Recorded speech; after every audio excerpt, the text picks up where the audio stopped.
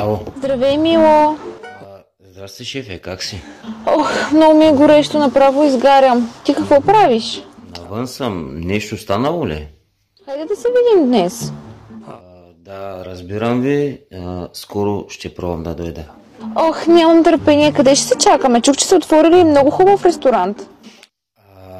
Да, горе-долу до час ще съм в офиса. Ще почнем да работиме и ако трябва, цяла нощ ще остана да свършим работата. Милия, пак си са женати, нали? Да, разбира се, разбирам ви. Ще гледам до час да дойда в офиса. Любов ще трябва обаче аз да ходя да поработя малко, че ме викнаха извънредно. Ма ти сигурен ли си, че шефът ти звъни? Да, разбира се, току-що говори с него по телефона на слушалката.